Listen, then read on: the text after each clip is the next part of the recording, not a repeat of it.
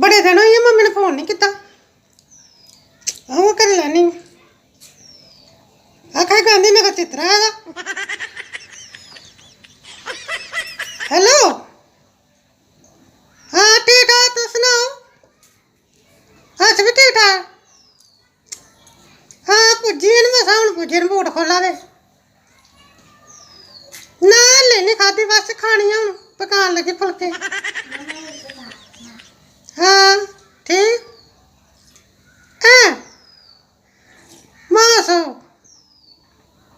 हाँ तो आई होना बागे बाबू तो उत्थे गांधी नगर आंदे से कितना टाइम लगना। अच्छा बंदे जख्मी करी ओड़े उन्हें।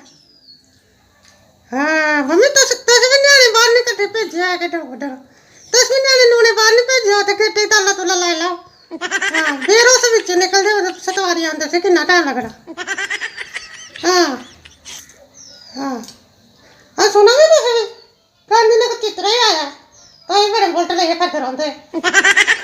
मेरी गल सुना इन्ना गांधी नगर छुड़िया इन्ना सतवारी एरिया छुड़िया इन्ना मेरा सोरिये दा पिंड छुड़िया क्या चित्रा तुंदे घर का बनना है।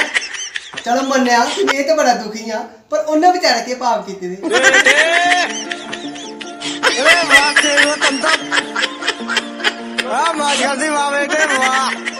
अरे तुम तो बड़े है ड्राइवर भाई। अरे बेटा मौज कर दी।